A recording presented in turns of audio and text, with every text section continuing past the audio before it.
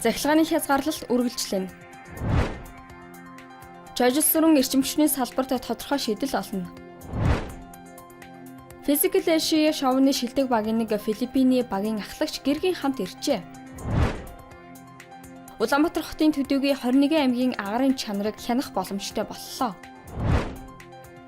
Хинти Төв аймагт 2 хүн асгаж амь алджээ.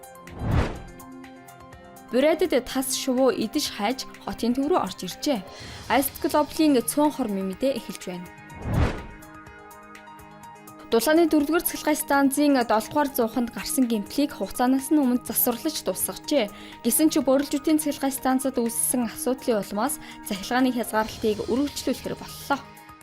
Хэдийгээр 4-р цахилгаан станцын гэмтэл засварлаад дууссан ч гэсэн бөөрөлжүүдийн цахилгаан станцын нүүр сангамж доголцсон хэвээрээ. За тэнцээ болол нийтдээ 100 гаруй хүний бүрэлдэхүүнтэй баг 4 ээлж болоод өдөр шөнөгүй тасралтгүй ажиллаж байна. За ингээд мөн чадлын дутагдалд орсон хэвээрээ. Өмнөх өдрүүчтэй харьцуулбал хэрэглээг нэг удаа л хязгаарлана. Өмнөх шиг давтахгүй, мөн шөнөөр хязгаарлахгүй гэлээ. Эрчим хүчний салбарт үүсээд буй доголдлыг богино хугацаанд арилгахад тодорхой шийдэл хэрэгтэй байна. Тиймээс ерөнхий сайд Зандан Шатар салбарын сайд Чойжлсуранд хугацаатай үүрэг чиглэл өглөө. 4-р цахилгаан станц өргөтгөл, 3-р цахилгаан станц шинжилэл, Улаанбаатарт баригдах 5-р цахилгаан станц одоо эрт эхэлсэн байсан бол ийм асуудал үүсэхгүй байсан. Багнуурын дулааны цахилгаан станц гэдэг эхэлсэн үед нь тэрийг зогсоохгүй явцсан бол ийм асуудал үүсэхгүй байсан. Ерөнхий сайд бие биенийхээ ажлыг гацааж, хардаж, сэрдэж, улс төржихгүйгээр шийдэл хэрэгтэйг онцолжээ. Netflix-ийн Physical Asia шоуны шилдэг багийн нэг Филиппиний багийн ахлагч Justin Covaney гэргийн хамт Манасад иржээ. 40 настай Covaney Филиппиний рагбигийн шигшээ багийн тоглогч, Instagram-д 60,000 орчим дагагчтай. Монголд хүүтэн байгаа ч дулаахан зүйл нь шоунд хамтдаа оролцсон найзуудтайгаа уулзах юм гэж бичсэн байна. Тэрээр Чингис хаан үндэсний музейд зочилж, Сэлэнгийн Бодонгууд багт тоглож буй дөлгөө найзынхаа тоглолтыг үзжээ. Улаанбаатар хот төдийгүй 21 аймгийн агарын чанарыг хянах боломжтой боллоо.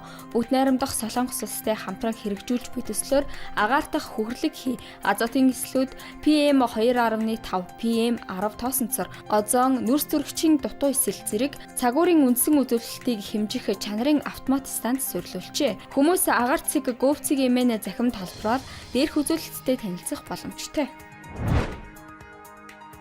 Шөндөө хасах 30, зарим бүс нутагт хасах 40 хэм давж хүдэрсэн хэвээр байна. Үүнтэй холбоотой Хинти Төв аймагт 2 хүн осгож амь алджээ. Осголтын үед илрэх шинж тэмдэг. Дагжин чичрэх, арсны өнгө цайх, судал сагших, зүрхний цохилт хурцсах. Өнгөрсөн онд осгож хөлдөж амьдсаа алдсан нийт 141 тохиолдол бүртгэгдэж байжээ. Бүрээдэд тас шувуу идэж хайж хотын төв рүү орж иржээ. Мухар шибэрийн хурдны замын ойролцоо тэднийг олноороо байхыг харсан байна. Хар өнгийн тас шувуу нь үхрийн махаар хооллдог, аюул учруулдаггүй, харин ч халдвар төвчтэй малаас байгаль дэлхийг цэвэрлэдэг. Ангаагч гэгддэг байна. Ice Global-ийн цөөн хор мэмэд байлаа. Ажлын амжилт хүсье.